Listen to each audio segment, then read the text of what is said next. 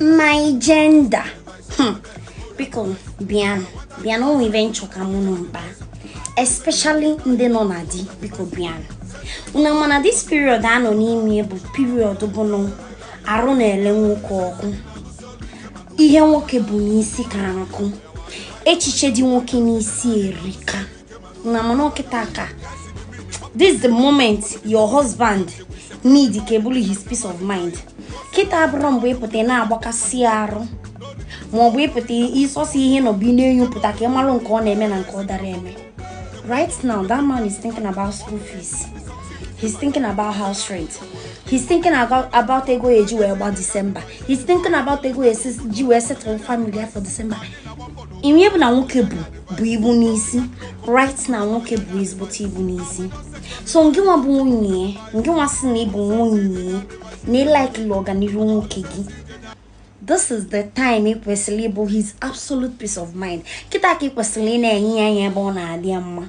Nwoke ahụ anata bulu isi dọkwasa n'obi gị ka isi jụọ nwoke mmadụ jụọ onye ezigbote oyi. Ike dịkwanụ gị nke abụrụ dị ike dị gị ele anya ezigbote ọtụ. Wepụ na ọpụta n'ụtụ na-akwado ọlụ obi adị asa anwụrụ. Kita is not the time of ifte na-agbakasị arụ. Hey baby, where have you been? Hey baby, who is this? He mirrored these things at this point. That lady no nilu. Ina asino ya na ana gidigi. Kita ko eji we nya loga aka we na ana pota gidigi nwayo. Cause nke arụ na agbakasị gị, arụ na agbakasịkwu the man. You need just ebo ye eje ọlụ otu ọlalụ ụra. Ebo ye eje bụ na ịnọkata ibulukwa na ala bulu nepo chenye ya n'ọnụ. Ka nwoke mmadụ jili a wee na-akpọ ụra na ọ na-adị mkpa. Ife ahụ bụ ezigboto ọganiru. Long life and prosperity dị egwu. Just nyambulu a baby for the night. Fanyi anya n'ọnụ, muchie anya, nya dị na nila lola. Ngi wala lo hapu ala anwa n'ọnụ ya. Hapu le anya if possible sa eli ọtụ. Obulugoda aka ịgba ọkụ ọfanyela ebe aka nwoke nwa mmadụ la lola ọfụma. Ka depression ya ligbu nwoke mmadụ. Biko nu do. My gender, this is for you. Biko nu. Especially ndị nọ na di. Especially ndị nọ na di. Ka di gị wee bu elu ogologo ndụ. You need to learn these things. Ọ bụrụ ife niile ka pastor gị ga-agwa gị.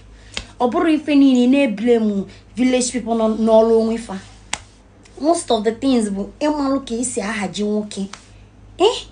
Ịmalụ ka esi ahaji nwoke. Before na te ilo Facebook te ive dị sexy. Ọ bụ ụmụazị vajala ụla.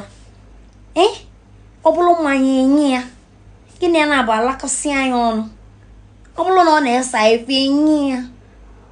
Isi jue well as in la anya otu ihe ali oju onwe ogene dị kedu onwe dị ife nwunye nwanyị a na-achọ dị.